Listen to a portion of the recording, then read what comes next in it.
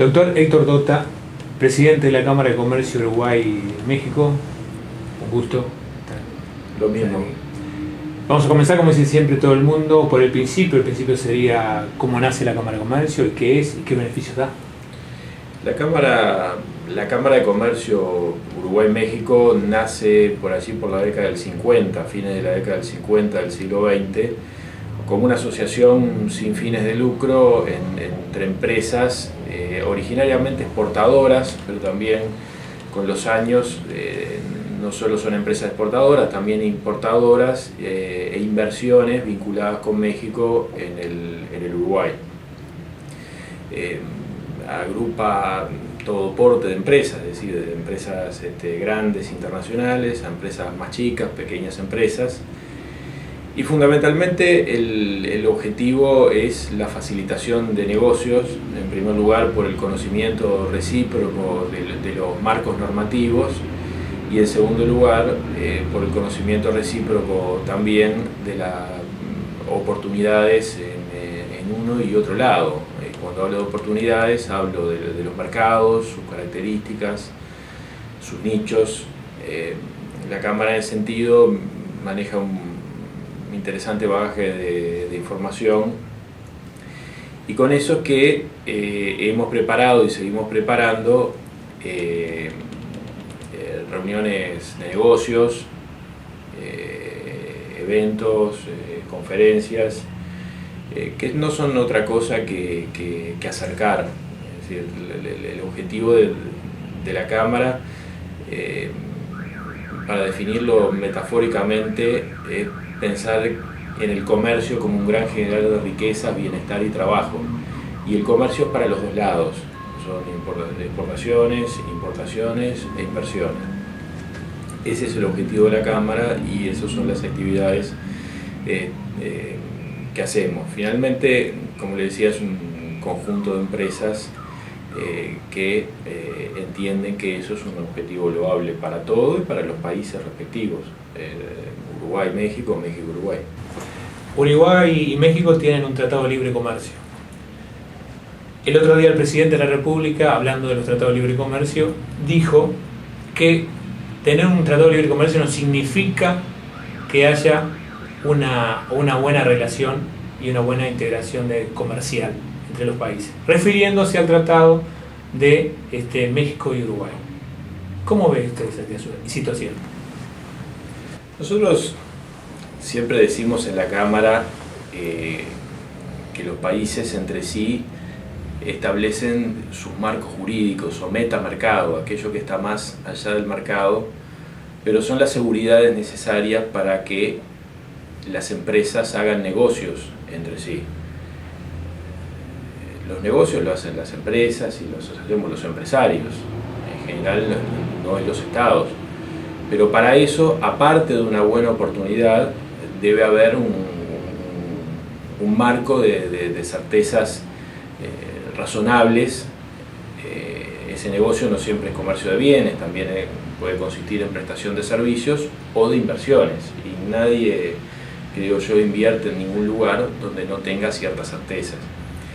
Y esas certezas las dan no solo la historia de cada país donde se inserte cada mercado, también la dan los instrumentos internacionales.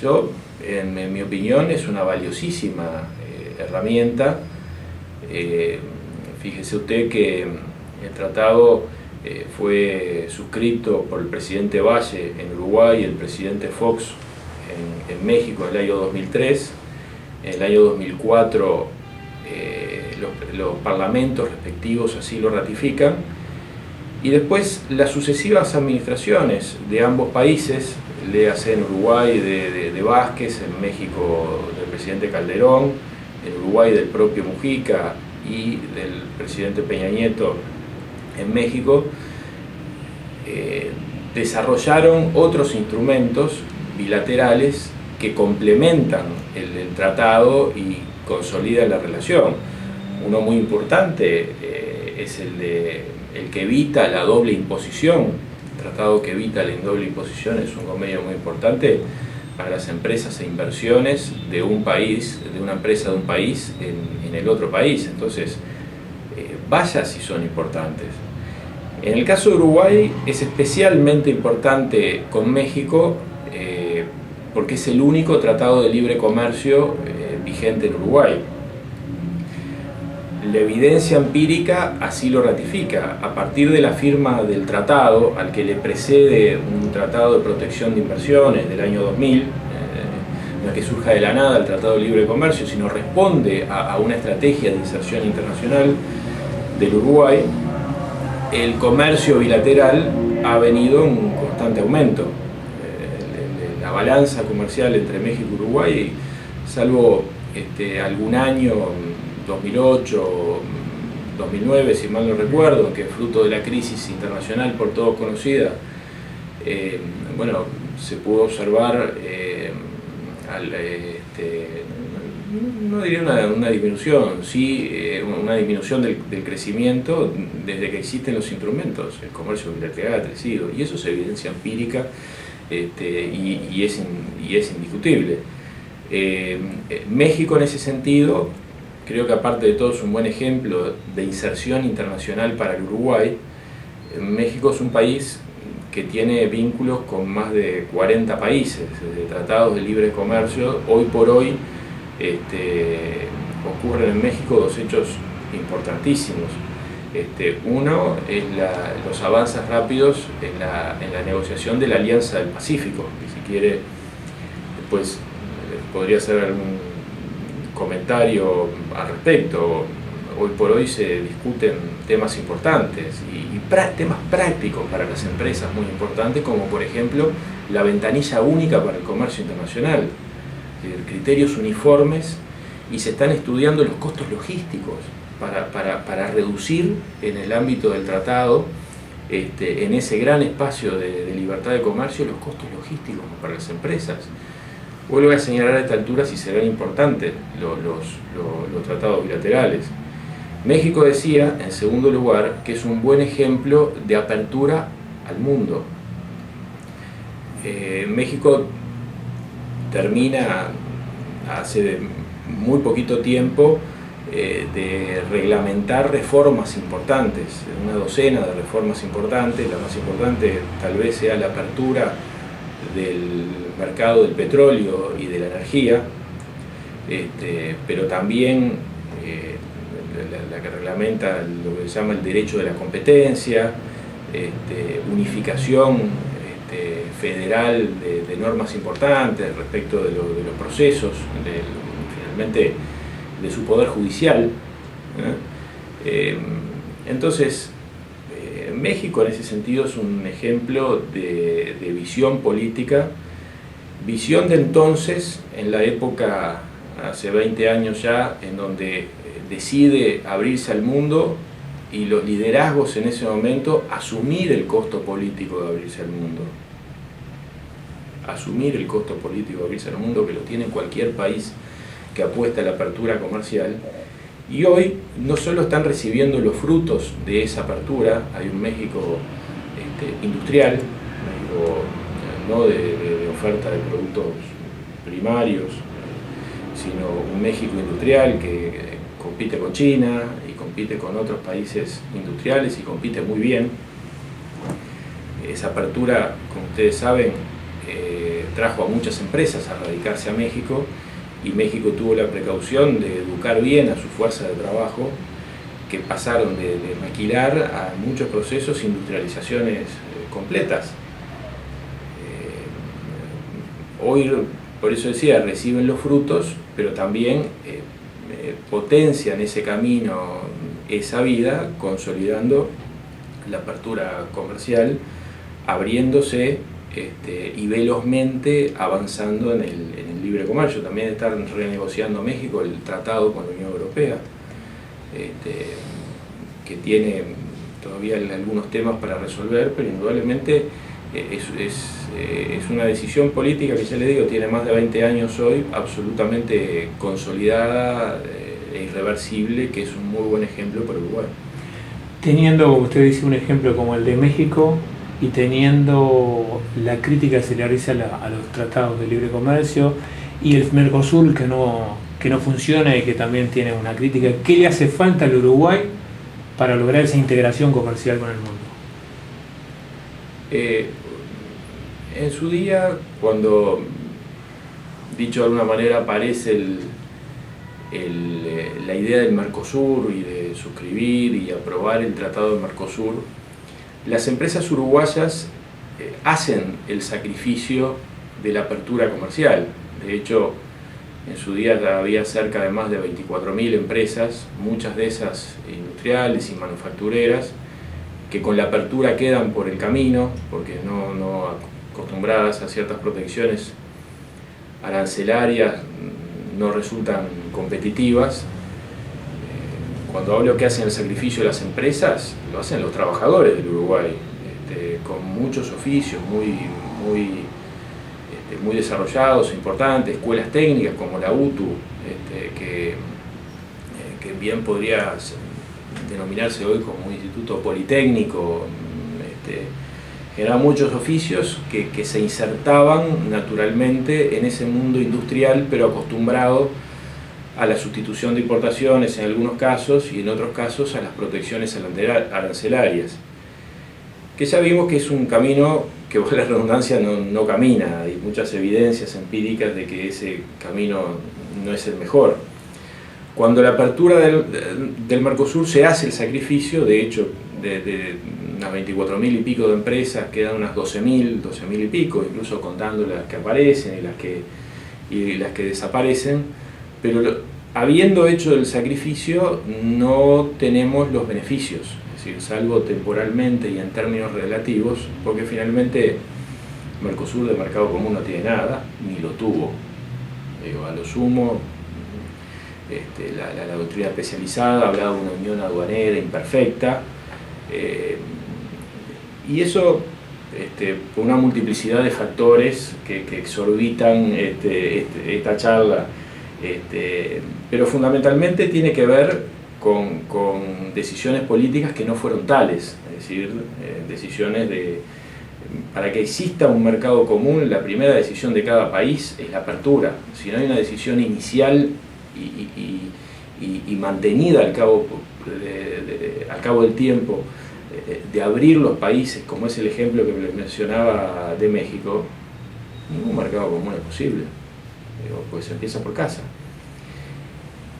Y la evidencia muestra que vivimos en una zona proteccionista, y en un barrio, una región muy proteccionista,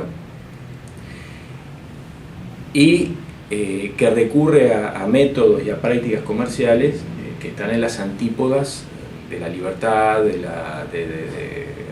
atinente a cualquier mercado abierto, que están en las antípodas de los principios rectores de lo que hoy podemos ver en la Alianza del Pacífico y en otros tratados bilaterales de libre comercio. Por eso entendemos que el Mercosur es un corset para Uruguay. Yo espero que en algún momento se combinen los astros, por llamarlo de una manera, y surjan los liderazgos. A mi juicio, en Uruguay ha habido una cierta falta de liderazgo en ese sentido y de decisión en ese sentido, por relanzar al Uruguay al mundo. Y hoy,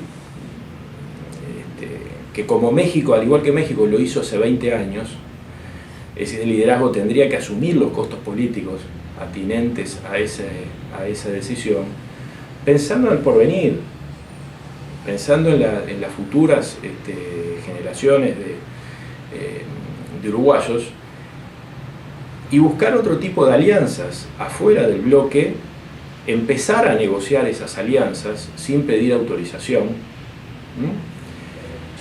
y en el momento que las tenemos que cerradas, esas alianzas, o por cerrar, de repente preguntarles a los vecinos, es decir, amablemente, les molestaría que yo hiciera esta alianza, pero miren que me conviene. Y ahí veo, y si no descartar tampoco que una de las alternativas sea o retirarnos del Mercosur o sin retirarnos, quedarnos pero con un estatus distinto. Es decir, básicamente que ese estatus no nos impida tener una apertura comercial con otros países. Como decía al principio, el costo ya lo pagamos, entonces tenemos tanto que perder. Voy a poner un ejemplo. ¿Advierte usted la industria textil del Uruguay o la industria papelera del Uruguay a raíz de las medidas proteccionistas de Argentina? ¿Qué más vamos a esperar? ¿Qué más vamos a esperar? Por eso digo, ojalá aparezca un liderazgo, esto es una cuestión de Estado más que de partido, con la cabeza serena y con la visión de futuro, y eso acompañado del coraje político para respaldar seriamente y con continuidad una decisión en tal sentido. Todo pasaría por una decisión política y por el peso político que tenga Uruguay.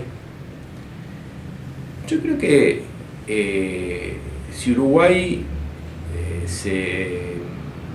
adoptara esa decisión, yo creo que encontraría muchos sitios receptivos. Volvemos a la evidencia empírica, es decir, sitios receptivos ya ha encontrado Uruguay y ha dicho que no. Es decir, Uruguay ha dicho que no, para ponerle un ejemplo, a un tratado de libre comercio con los Estados Unidos. Y el que dijo que no es Uruguay. Uruguay es receptivo en el ámbito de la Alianza para el Pacífico, y nosotros, por un lado, vamos, observamos y nos quedamos ahí, no vamos más para adelante. Pero somos nosotros que no es que no podamos ir para adelante, no vamos porque Uruguay no va para adelante.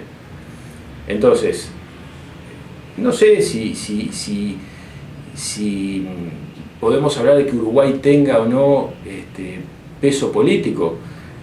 Yo hablaría de oportunidades, y las oportunidades están porque, si bien Uruguay como mercado, usted dice, bueno, Uruguay es un país de 3 millones y pico de habitantes, también Uruguay es un país estratégico desde muchos puntos de vista para muchos de estos países que hoy están en la línea de apertura. Tengo la íntima convicción de que lo es para México. De hecho, Uruguay y México tienen suscrito un contrato de asociación estratégica. Y yo creo que mirar para esos lados es estratégico para Uruguay, porque le permite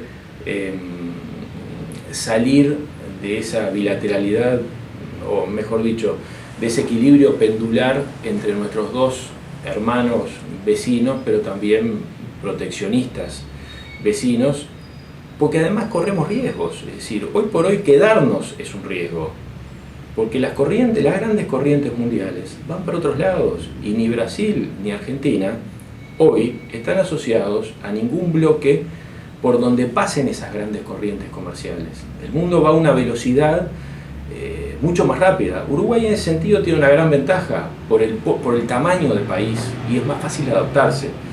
Cierto, tiene una curva demográfica delicada el Uruguay. La curva demográfica de Uruguay tiene una población con cierto envejecimiento, pero yo creo que eso no es un obstáculo, porque hay evidencia empírica en el mundo que cambios importantes en áreas sensibles, para poner un ejemplo, en la educación, no se dan en tantos años, no se precisan tantos años. Se precisa, sí, tenerla clara, es decir, tenerla clara hacia dónde se quiere ir y querer ir efectivamente hacia ese lugar. Sin duda oportunidades hay. Yo lo que advierto hoy sí es un riesgo mucho mayor teniendo una actitud conservadora como las que se ve hoy, de mantenimiento del statu quo dentro del Mercosur, a tener una actitud más decidida, más proactiva, de apertura al mundo, empezar a hablar, y cuando tengamos las cosas conversadas y a punto de firmar, y bueno, le preguntamos a los vecinos. No es otra cosa eso que lo que hacen los vecinos con nosotros, o Brasil o Argentina nos consultan para algo en sus relaciones exteriores. En realidad no nos consultan para nada.